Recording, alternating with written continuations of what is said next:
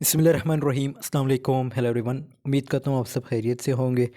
आज जो हमारा पोएम है that is home by Arundhathi Subramaniam. बहुत ही इंटरेस्टिंग पोएम है और इस पोएम में हम ट्रांसलेशन और इसके थीम्स को डिस्कस करेंगे। सो टाइम वेस्ट के बगैर let's get started. Give me a home that is not mine, where I can slip in and out of rooms without a trace, never worrying about the plumbing, the color of the curtains, the cacophony of books by the bedside। कि cacophony का मतलब है means जैसे noise होती है ना, डिसएग्रेबल noise यानी confusing noise, उसको हम क्या कहेंगे कि कैपुनी।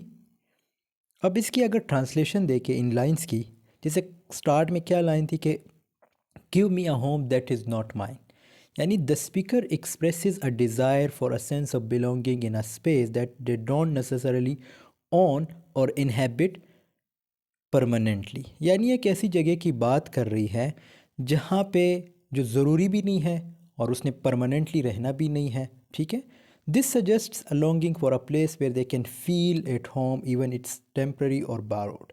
लेकिन अब यहाँ पे कॉन्ट्रडिक्शन शो किया गया है।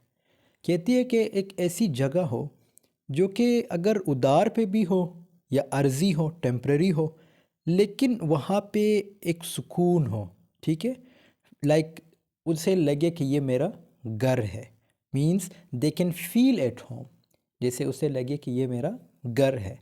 Where I can slip in, अगले लाइन्स क्या है, where I can slip in and out of rooms without a trace. बहुत ही ईजी लाइन है। इस लाइन का क्या मतलब है, this line conveys a desire for anonymity and freedom of movement within the space. यानी इन लाइन्स में क्या है, स्पेस फ्रीडम की बात की गई है। यानी जो हमारी राइटर है वो फ्रीडम चाहती है, वो ये नहीं चाहती कि कोई उसे ट्रेस करे जब भी वो कहीं जाए या कोई उसे उसके पीछे हो। तो वो चाहती है कि मुझे एक किस्म की फ्रीडम मिलनी चाहिए। The speaker wishes to come and go without leaving any lasting impact और evidence of their presence behind. यानी वो ये चाहती है कि मतलब अगर मैं कहीं जाती हूँ या कहीं मैंने जाना होता है तो एक ऐसा इम्पैक्ट वहाँ पे छोड़ सकूँ, कोई एविडेंस वगैरह ना छोड़ सकूँ। ठीक है, कोई गवाह वगैरह या कोई एविडेंस वगैरह वो लीव ना कर सकूँ। Suggesting a need for privacy and detachment from the space inhabitants और ओनर्स। और यहाँ पे एक और चीज़ बताई गई है, जैसे स्टार्ट की लाइन जिसके घर से रिलेटेड थे, यानी घर की बात कर रही, तो कहती है कि एक प्राइवेसी वाली जगह हो जहाँ पे जो ओनर्स है या जो इनहेबिटेंट्स है, जो रहने वाले लोग हैं, ठीक है, उनको कोई मसला ना हो, मतलब वो हमारी प्राइवेसी का ख्याल रखें। ठीक है, तो ये चीज़ जो है बताई गई है। Never worrying about the plumbing, the color of the curtains, the cacophony of books by the bedside. So here the speaker lists specific details of a typical home environment. यानी अब इसने कुछ जो घर की चीज़ें हैं उसके बारे में बताया है। By expressing a desire to not worry about these mundane aspects। ठीक है, mundane का मतलब क्या है, मतलब जो दुनियावी चीज़ें होती है, वर्ल्डली चीज़ें होती है, उसको हम mundane कहेंगे। ठीक है, और ये इसमें क्या बता रहा है, इस लाइन में इसमें क्या बता रही है कि मतलब हमें इस चीज़ों की एक डिज़ायर नहीं रखनी चाहिए जो दुनियावी चीज़ें हैं। The speaker seeks a place where they can escape the responsibilities and concerns associated with maintaining a household. They long for a space where they can focus on finding peace and solace rather than being preoccupied with trivial matters.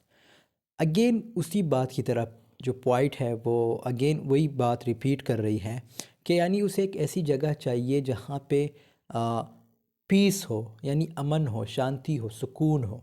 ठीक है, solace हो। ठीक है, तो मतलब एक ऐसी जगह हो। अब वो जगह कौन सी जगह हो सकती है, घर हो सकता है। ठीक है, तो घर एक ऐसी जगह है जहाँ पे आपको सुकून भी मिलता है, आपको शांति मिलती है। ठीक है, आप मतलब अपने आप को वहाँ पे मेंटेन कर सकते हो बनिस्बत दूसरों जगहों की, तो वहाँ पे कोई डिस्टरबेंस नहीं होता। और जो इनहेबिटेंट्स होते हैं वो आपके अपने फैमिली मेम्बर्स होते हैं, तो वो आपको अगर आप उनको कहते भी हो तो वो आपको डिस्टर्ब नहीं करते।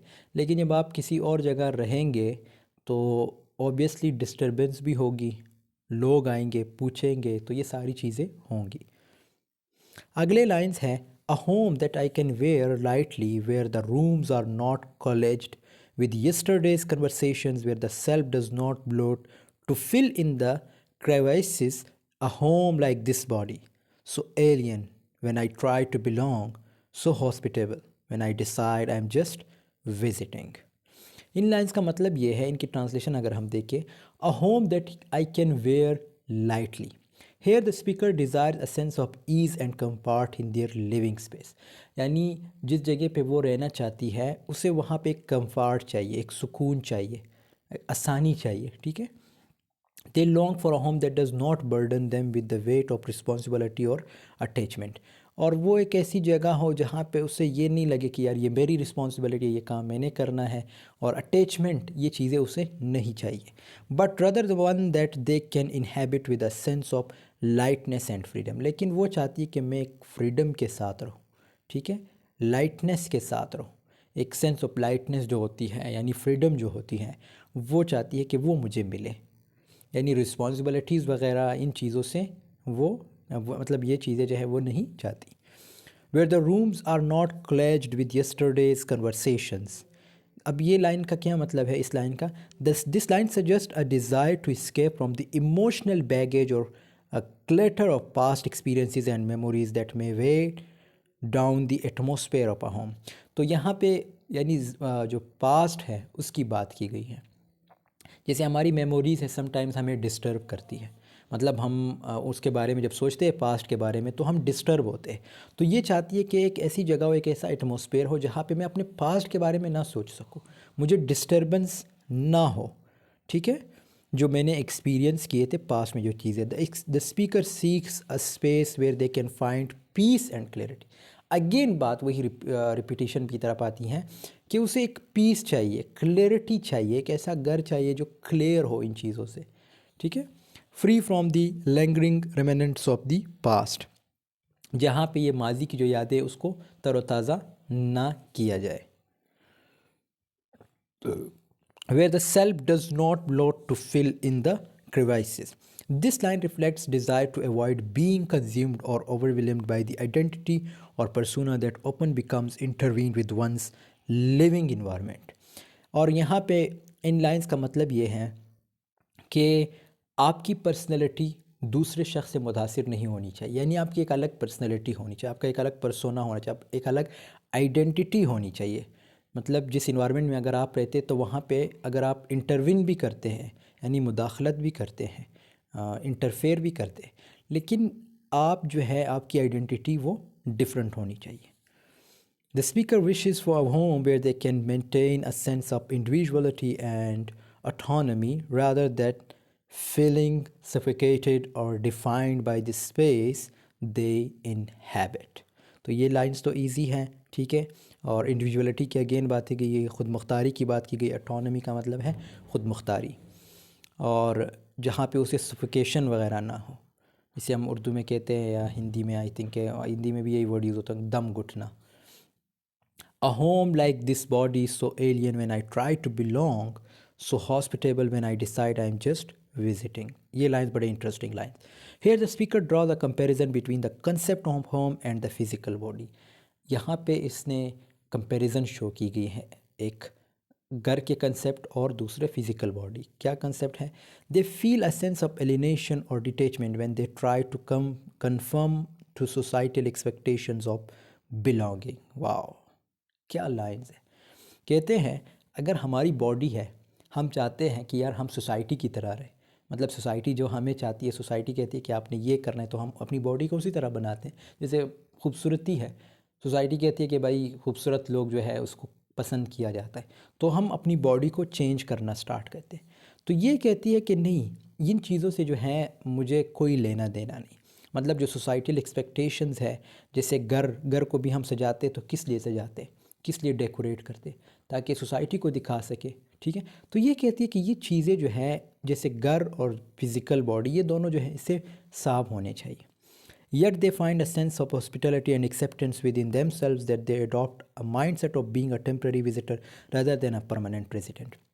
यहाँ पे पॉइंट जो है डेथ की तरफ भी इशारा कर रही है, यानी हम यहाँ पे टेम्पररी विजिटर है इस दुनिया के, ठीक है। मतलब हमने एक दिन ये दुनिया छोड़ के चले जाना है, परमानेंट रेजिडेंट नहीं है, टेम्पररी है, ठीक है। तो हमारी जो फिर मतलब नेक्स्ट वर्ल्ड होगी, ठीक है, एक अगली जन्म या दोबारा उठाए जाएंगे, ठीक है, जो कंसेप्ट है, हर मज़हब का अपना अपना कंसेप्ट है। Overall, these lines convey complex and nuanced exploration of the speaker's relationship to the idea of home. लेकिन इसका जो मेन आइडिया बनता है इस पूरे पोम का, वो होम से ही बनता है। अब अगर इसके थीम्स की बात करें तो सबसे पहला थीम है search for belonging. The pome delves into the speaker's quest to find a sense of belonging and comfort in their living environment. They long for a home where they can feel as easy and accepted, free from the burdens of ownership और societal expectations. Easy है, यानी point again वही चीज़ repeat कर रही है कि मतलब जैसे मैं हूँ मुझे उसी तरह सोसाइटी एक्सेप्ट करे, उसे एक ईजनेस चाहिए, मतलब एक सुकून चाहिए, और जैसे कोई बर्डन्स वगैरह ना हो ऑनरशिप या जो ऑनर्स है उनकी तरफ से, या जो एक्सपेक्टेशंस है लोगों की, वो कहती है कि मैं इन चीज़ों पे मुझे नहीं उतरना। Anonymity and detachment. Throughout the poem, there is a recurring motive of anonymity and detachment. The speaker desires a space where they can they can come and go without leaving a trace, emphasizing. इसमें again lines easy हैं, यानी point जो है वही freedom की बात करती है कि उसे कोई ट्रेस ना करे, वो जिधर जाए उसे कोई ट्रेस ना किया जाए। Freedom and autonomy. The poem reflects a desire for freedom and autonomy with one's living space. The speaker seeks a home where they can maintain a sense of individuality and self-expression without feeling confined or restricted by societal norms or expectations. सीधी सी बात है, यहाँ पे घर की बात की गई है, ठीक है। तो घर में क्या है, आप फ्री रहते हैं, आपको फ्रीडम मिलती है, आपकी अपनी ऑटोनॉमी होती है, आप ख़ुद मुख्तार होते हैं, ठीक है। मतलब आप ये नहीं देखते कि सोसाइटी जो है मुझसे क्या एक्सपेक्ट कर रही है, इन चीज़ों से आप बाहर आते हैं। क्यों? क्योंकि अब आप घर में हैं। तो यहाँ पे सिंपल इसका जो वो मेन थीम बन रहा है वो यही है, freedom and autonomy. Emotional clutter and liberation. There is a juxtaposition between the cultural or past experiences and memories associated with a traditional home and the desire for emotional liberation and clarity. The speaker longs for a space where they can escape from the weight of the past and find peace and ट्रिंक्विलिटी।